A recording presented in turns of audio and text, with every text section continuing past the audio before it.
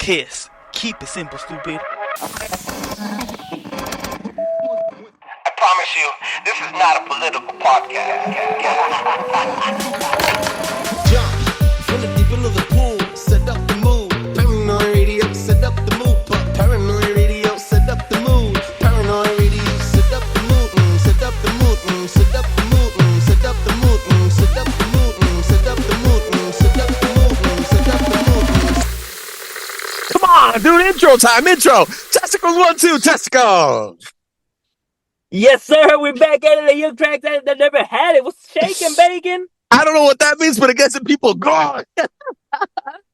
Welcome back to Paranoid Radio Podcast. Ladies and gentlemen, I am Trebles Garcia, the special host, the amazing host of this amazing adventure. Joining me in the ones and twos is the best goes in the motherfucking planet. Big tank salute. Well, I've been called the Joe Rogan of pest control, big dog. Just saying, big dog. God damn. I'm gonna let it be known, big dog. I'm gonna let it be known. Hey, fool, I am the pest control poppy.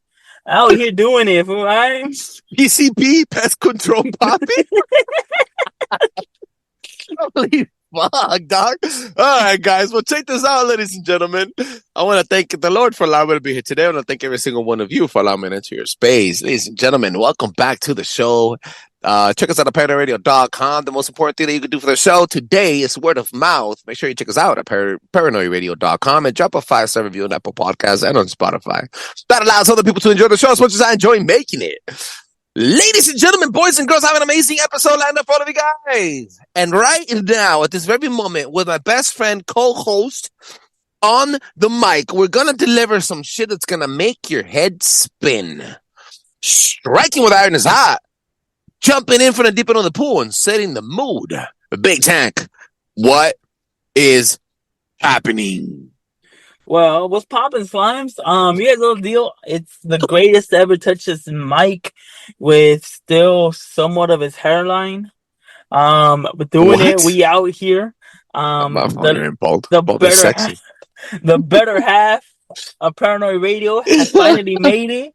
No more dark shadows. You guys don't have to listen to Treble Harris over there. Treble Harris? Oh my god. That's disrespectful ass fuck. If you ever wanted to disrespect me and hit me right down under, bro, and straight in the balls, I'd rather you kick me in the balls and call me Harris. Thank you. The worst part about it is that you know I probably would. That's the fucked up part. But no, hey, what the fuck is happening around this world, bro? For everybody out in the East Coast that's going on right now, everything goes out to you guys for that massive hurricane that's happening right now that moved through over 3 million people without power. Can you imagine that? 3 million people without power, not internet. Because as it is, when we don't have internet, world dying already. But now 3 million people without power. That's fucking insane. Category 5 when it touched down. Winds over 160 miles per hour.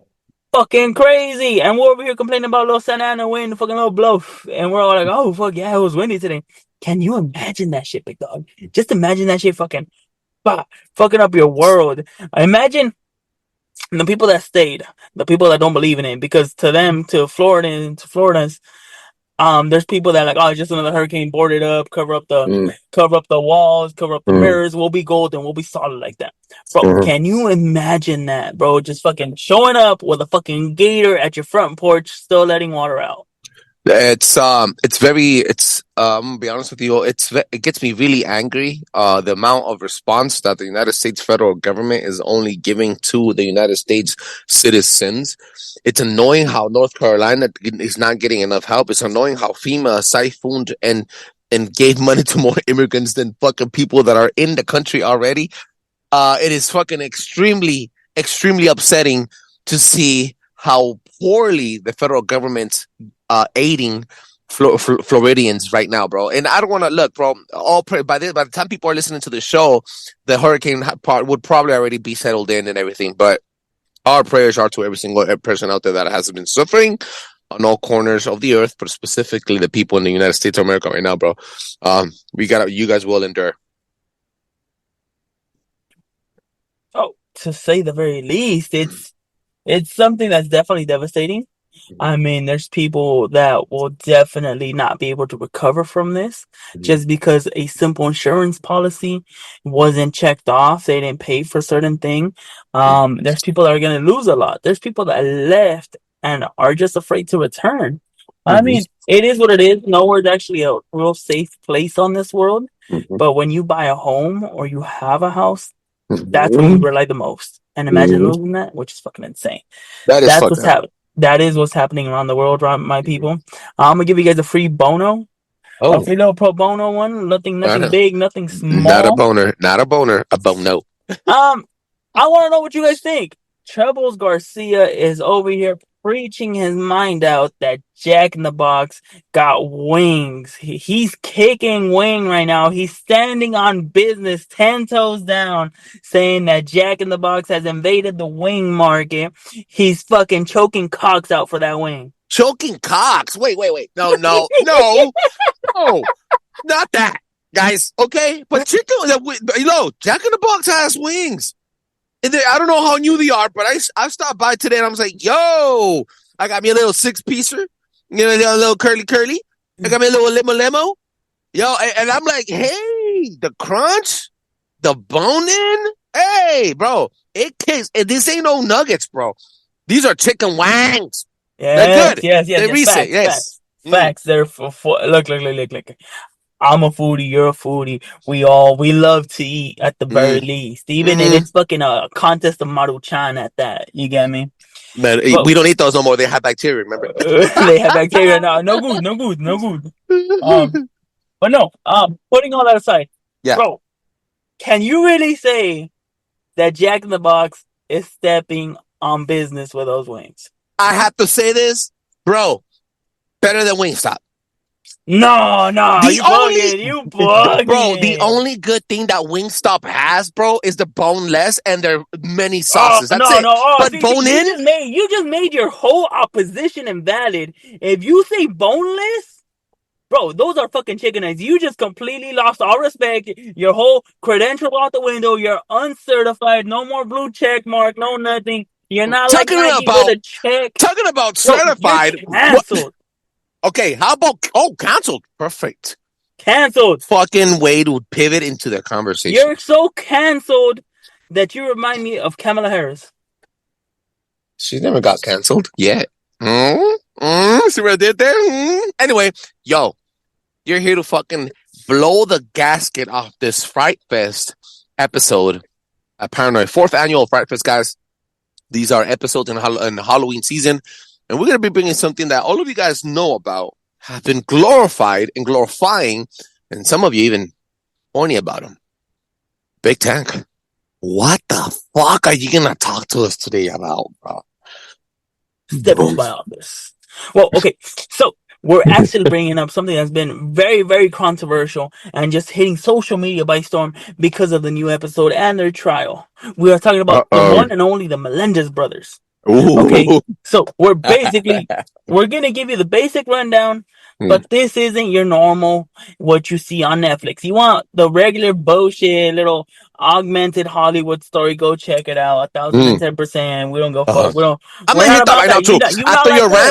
After your rant, I'm gonna hit those points after your rant because I have something I gotta get off my chest after you go through your little session of speaking. Okay, cool. So the Melendez brothers are Joseph and Eric Melendez. Okay, there are two brothers that were the father and mother that they killed was Jose and Mary Louise Melendez. They both lived in Beverly Hills around the 1970s to the 1990s.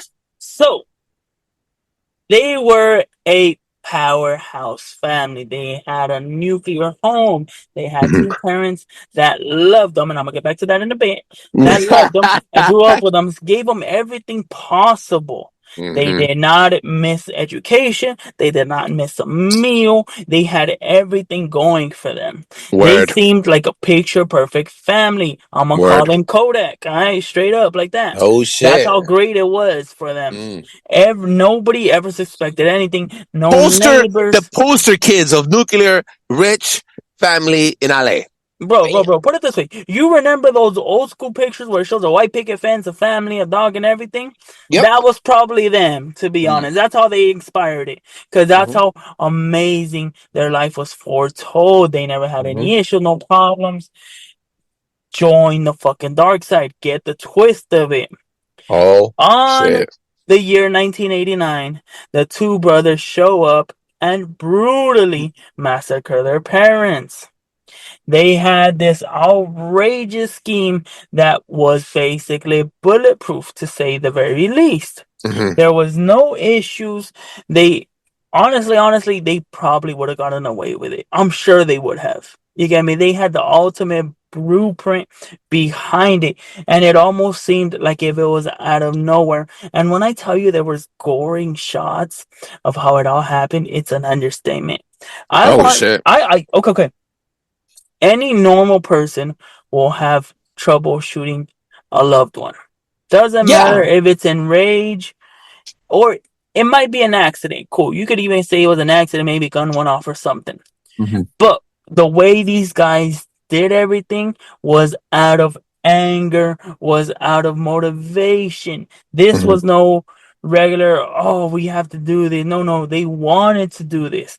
So fast forward Fast Mm-hmm. forward 40 years from then. Uh-huh. Uh-huh. Okay? So everybody thought that they were these evil, sick bastards. No, fuck these guys. Fuck them. No, they're horrible. They're monsters. They killed their parents for no Uh, reason. So mm-hmm. they actually went for trial to get resentenced again because Uh-huh. they thought it was unfair conviction. So Mm-hmm. if you guys haven't been keeping up with it, which I know half of the world has, through the whole Uh-huh. Netflix story, Uh-huh. we're basically at the point where they're trying to explain their side behind all of it because there was so much backlash. And you have to remember, just because you see something on the internet or the TV, that's always been a narrative. It doesn't matter in any type of way, shape, or form. It's always a narrative. And guess what? Usually the ones with the most money are the ones that have this narrative. There's nobody, really anybody else. Whoever has the Example, most money, most power. example A, why nobody believed him in the beginning was because their dad had a status and all the money and influence and power. So yeah, I get it. They painted him as mentally deranged. Something had to be wrong with him. We did way too much for them. So that's exactly what they were facing. They were. I'm not gonna say. In no way am I justifying the reason they killed their parents whatsoever. I mean, obviously, we've been taught at a young age not to kill. It's basically embedded in us that it's something bad if you do decide to do it. Mhm. So fast forward. There has Fast been forward. there has been a lot of shocking new evidence coming out Mhm. since that day that's finally made light. Could it be, I will be honest with you, could it be possibly that we're looking at the whole influence of social media? Being able to say something, whether it's credible or not, but This people actually is being able to do it. You get this me? is this is where you're gonna open a can of worms, and I was trying to hold back, but you just asked the question. Coincidentally, the bitch that is also, and I'm 100% sure she's getting some type of fucking royalties out of this idea, is their current lawyer to retrial the trial, if that's even a word, is nonetheless. How do you say this? It's a witch. It is Kim Kardashian. Whoa. So She took over it. She took over it. The retrial was already, I guess, in motion. there's no reason, and there's no fucking reason that Kim Kardashian is gonna take over this fucking trial unless there's something for her to win. And quite frankly, bro, It's clout, bro. it's It's clout. fucking clout, bro. But Come what happened? on. But what happened to the kids, though? Why does Paranoid Radio show Trump every 2 seconds? It's fucking clout. It gets the people going. What the fuck, dog? That was fucked up. Yo, now I'm gonna get into the gory part about this. I'm gonna just bring it in because this guy's taking forever to just say these guys got raped, manhandled, destroyed, seen, recorded, fucked up in all types and all shapes and sizes with poison shit, all fucking gory shit in their every single hole of their body. by their parents. Now, yes. This is something that was never brought up during the original trial, which was just insane. Can you imagine you messing with your dad's food so his semen doesn't taste bad? That's how fucking bad it got. You get me? They what? ended up putting cinnamon in his dead semen because they noticed that would affect less the taste of semen. Can you imagine that? Having to get to a fucking stupid ass level like that.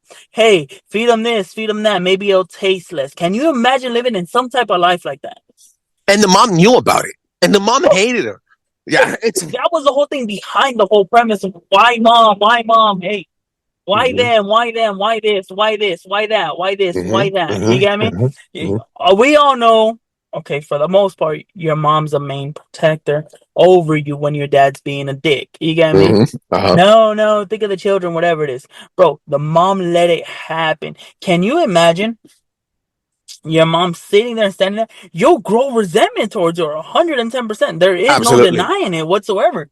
Bro, you see somebody right there and not wanting to do anything for you, it's gonna make you feel some type of way, which is exactly what happened. Mhm, Legitimately, word on the Bible, that's exactly what happened. They mhm, felt some type of way because of what happened, which is, mhm. bro, it's blasphemy if you really think about it in a certain way. It really Yeah. is.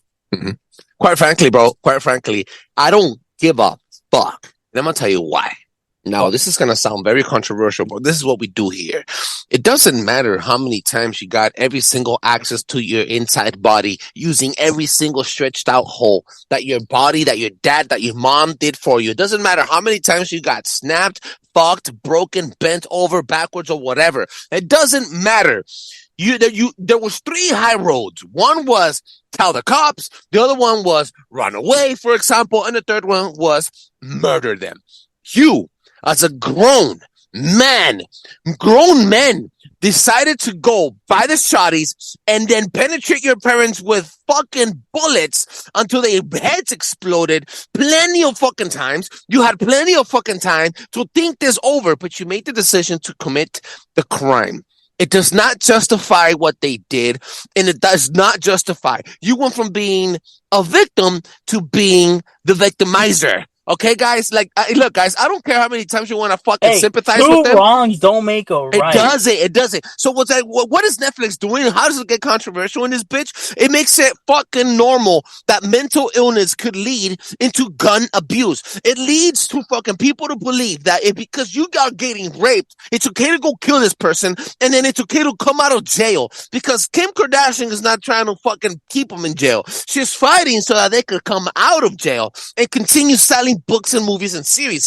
This is what's happening, dog. They're trying to normalize this. And if that happens, your kids, the women are already making Jeffrey Dahmer and these guys look fucking like gods because they're hot on screen. So what's gonna happen when they come out of jail? You're gonna start buying their books because they're successful murderers? Really, bro? This is worse than the fucking Japanese cannibal that got released in Japan. And now he's remember we did an episode on that guy Kamakuza, whatever the fuck his name is. He's a sex icon or something like Yeah, that, he's if a I'm not fucking sex mistaken. icon now because Yeah. he ate his French girlfriend in Paris, and then fucking he got extradited. Now he's in Japan. But bro, you're talking to me about murderers that are okay by society because they got raped. So wait, so what? Because I'm poor? Because I'm poor, I could go rob a bank and then come out of jail? Like, what, is that how this works? This is how it works. This is not society, dog. Stop trying to normalize and sexualize these motherfucking murderers. So, okay. The main thing that people always complain about in this case is why did the doctor break patient confidentiality, something that was said, because that's how they ended up getting caught. They one of the brothers ended up going to his therapist and telling him, "Hey, I killed my parents. Me and my brother killed our Man, parents. We did this I thought gold." doctors couldn't say anything like that. I thought it was. Whoa. That's not true. That's 100% not true. It's Mhm, like you telling your doctor, I'm gonna plead insanity, so say that I'm insane. That's mhm, collusion. That's not true either. Yes, mhm, is there an ethics code? Is there mhm, people that do it 110%? You get me? That's mhm, what it comes down to. There's definitely a lot of gray areas within it. mhm, So what I want you to get to understand mhm, is somebody threatens your life and tells you to keep a secret. you might or you might not keep it, just depending on how you feel about it. No, did So, he? okay. That's sort of what applies to the whole confidentiality clause. If you're in fear of your life, you're basically okay to divulge it out. You get me? There are people that will rain success on that. Cool. Let's say crooked lawyers taking out crooked cases because they know it could beat it on a technicality, even though they know the person actually did something wrong. So all of that takes this major effect, and that's why they ended up in jail. So before there's a whole dilemma of he said this, he said that, they said this, they did that. I'm gonna set the record straight. As of right now, they are not fighting the murder charge. They are fighting the reason they did it. That's the whole thing behind it. They were caught. There's everything pointing to them. There is no reason of a doubt that why they did this stuff.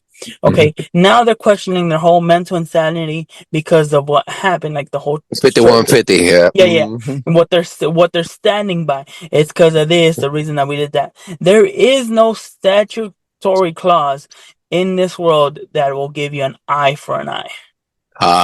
There is not one in this world that because you got your cheeks clapped that you're not supposed to clap other people's cheeks. All right, straight up. All right. Doesn't matter what happens. I'll give you a good one. You go home and you catch your wife getting her cheeks clapped by somebody else. There is no law that's gonna protect you from you killing that guy and say, "Well, he was slapping my wife's cheeks, and that's why I did it." There's nothing that'll hold you against that, and people need to learn how to understand that they are guilty without a reason of a doubt. You can have pity, you can say they did this, they did that, but their change does not matter. Their official sentencing for them killing will more than likely stay in place. Their motives behind it will probably get them a nicer jail. There should be no reason, fucking reason that a glorified killers should be out of jail just because they felt some type of way. I understand. They got dealt a bad hand, 110%. Your parents should not be doing that to you. They should not be touching you in any form or type of way whatsoever. Okay. With that being said, it does not give you the right to go and fucking hack somebody off. Yeah. It does not work like that whatsoever, big dog. Or jack somebody off. Now, let me pivot the conversation to something that's going to blow your fucking biscuits. Are you ready? Let me pull out my notes because it's going to blow your biscuits. Ladies and gentlemen, I did a deep dive recently on this thing called Michael Rockefeller. Yeah, you heard that right. The son of Nelson Rockefeller, the VP of the United States, and the grandson of John D. Rockefeller, the oil banker tycoon. Yeah. Mike Rockefeller was trying to collect relics and special art pieces around the world to put in his dad's museum. As a matter of fact, in November of 1961, Michael took on the world to search for amazing artifacts, and he ended up searching the Asmats, not Aztecs, the Asmats tribes in New Guinea, famously known for their art called bispulp. These are kind of like totem poles, thinner totem poles. Now, every single one of this totem pole was not just a totem pole for their gods. Each totem pole depicted a man standing on the shoulder to another man and standing on the shoulder to another man, and so forth and so forth. And each of those men, allegedly, spiritually, in their beliefs, contain the souls of their fallen warriors. Now, Mike Rockefeller, right, decided to go to the shores of this island of New Guinea. And remember, New Guinea back then, I think that is still controlled by France. He started bartering with these fucking tribes. I'm talking about giving them goods, bringing them things from the Western hemisphere, and things that they will never run into in their life. Tell me why these tribes then asked him, "What is it that you want?" Mike Rockefeller's mission was trying to get the totem pole into a museum, but the tribes were not going to give it up. As a matter of fact, He left and came back again with more goods using one of their canoes. Now check this out, bro. The canoe, he would travel peacefully through the river and then land, and the river connects into the ocean, and then he would go back and forth looking for these tribe members and for the elders for them to speak. One of those fucking routes that he took him to the sea, and unfortunately the canoe was sinking. Now, it was a very slow process in sinking, but they needed weight off the fucking canoe. So what they did was, it was 4 of them. Okay. Two of them went looking for help swimming while they were only 4 miles away from shore, while he stayed on the canoe with one of his buddies, a professor. It ended up, what ended up happening... 4 miles? Hey, you making it seem like 4 miles is small. 4 miles is really long. Well, what happened... A mile swimming will have me huffing and puffing for sure. Well, what happens next is even worse, because by the time that the canoe was actually about to sink and get turned over by a wave, the fucking canoe was 10 miles away. Now, oh shit! Michael Rockefeller was a very athletic young man. He traveled the world, and he comes from a very, very rich and powerful family. So what happened was, he took off. He took that 10-mile fucking swim back to the shores of New Guinea. So what happened next is gonna kick your fucking friskies off, bro. It's gonna trip you, dude. It's gonna make your head spin. A few hours after the professor had seen Michael leave, another boat came to pick them up. He told Mike, did Mike send you, right? And they told him, no, we came because the two New Guinea tribe members that were riding in your crew, they told me where you guys were at, so we picked you up. Which means Michael Rockefeller went missing. Shit. Check this out. This is gonna kick your ass right here, bro. Hence, this triggered the biggest manhunt known to modern man in written history. The Rockefeller family didn't only use all their money and assets, but they used their influence in military powers. They had 3 major First World Navy military operations throughout weeks, searching for Michael Rockefeller all over New Guinea. And I'm talking about the Navy, ships, the Air Force, boats, all types of artillery was out just looking for this man for weeks. That happened in 1961. 4 years later, in 1964, their family fucking quit looking for him, and they said that they pronounced him dead at sea. That's not what happened. Check this out. 40 years later after his death, National Geographic found out that there was a man doing research on him. And they caught him. There was an image of him rowing boats with these people. So they thought it was a white man. National Geographic launched a huge expedition to look for this guy, and found out after they made friends with the tribes again. Finally, the tribe, this is new generation tribe members now. This is 40 years ago. The elders that were back then died. So what had happened, this is written history for that tribe. Hashtag look it up. Bro, the elder tribe members, the day that he departed with the goods, with the little relics that they gave him, they had cursed the goods. So which means they cursed his whole canoe and all the product that he was taking. Then he was started to sink. Then coincidentally, on that blood moon that they were doing this ritual where all the canoes with all the other fucking tribes unite at the mouth of the sea and the river where the river meets, and they all just sit there and they chant this mystic chanting song. When they saw Mike Rockefeller swimming towards them, floating towards them, they started thanking their gods, bro, because their magic worked. They looked at each other. The elders gave a nod. They picked him off the water. He was exhausted after 10 miles. They put him on the thing and he threw himself on the canoe, and they all looked at him. They kept chanting. As he was talking to them, they wouldn't talk back to them. They started chanting this weird song. Now, mind you, Michael Rockefeller had years of experience speaking with them and also studying their ways. This chanting looked and sounded different. What happens next is gory. They took him to the shore, a shore that was nowhere near the villages. They sat him down. one of the elders, as they were chanting, one of the elders pulled this fucking horn and they started whistling with this fucking horn made out of the femur. Let me get to that information, bro.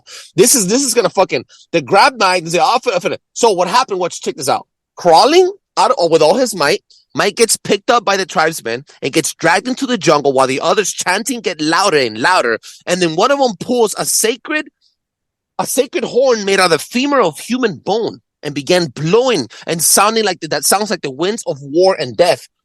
So what happened was the fucking tribe members were offended by the rich man trying to barter their art just to be exposed in another Rockefeller museum. They've grown hatred for this white man and placed a curse on him and gods on all the stuff that had taken on the fucking canoe. The grab bite, check this out. They chopped off his neck, opened with the tribal war axe. Another man slashed his front neck clean to extract the head as he was pulling it out of his spine. They pulled separations of his skin and muscle tissue from his chest, exposing all his organs and separating every single entangled nerve and tendon from his bones and body, including his organs, lungs, teeth, nails. Then the elders cooked his brain in this type of soup. But most important, that was the most important part of the fucking tribal dish. And then they used his fingers as straws after sucking all the bone marrow from them, dog. His fingers as straws to suck his brains out. They processed to wash all the blood and all the meat off his skull, and they kept his skull and decorated it as a trophy. That's fucking gory as fuck. Michael Rockefeller was not only tortured, but he was eaten alive by tribes members because they knew that he was a powerful white god from the West, and they thought that the sacrifice was going to please their gods and the souls of the fucking war men, all their soldiers that were in those totem poles and all the relics that he took. So the Rockefeller family had it to them, bro. They got a piece. One of them was sacrifice. And I didn't even know this. I didn't even know one of the youngest was sacrificed, which is why now the family, is very dispersed. Check the fuck out.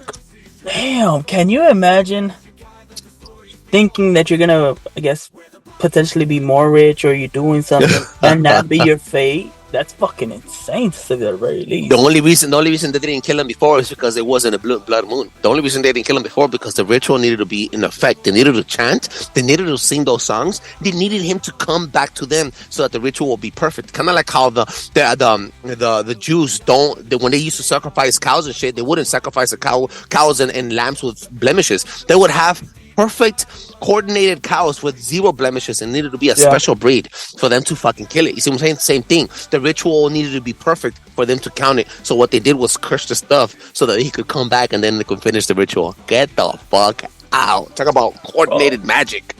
That's fucking insane, big dog. If you really think about it, come on. Realistically, like, no mames. Yeah, bro. Shit, fuck. And with that, big dog, let them know where they can find you. You guys know the deal. Catch me at EKNAT66. Once again, EKNAT66. Hit the line. Let me know what you guys are feeling, what you guys are not feeling. Don't forget to go check out paranoidradio.com. Go check out the page. We got shows right there. We got merch. We got everything in between. If you guys want to tell Trebles how he's chasing clout bigger than his head, let him know. Hit that DM button. Go follow. And with that, ladies and gentlemen, drop a 5-star review on Apple Podcasts. That allows other people to enjoy the show as much as I enjoy making it. Peace out. Crazy. You fucking asshole.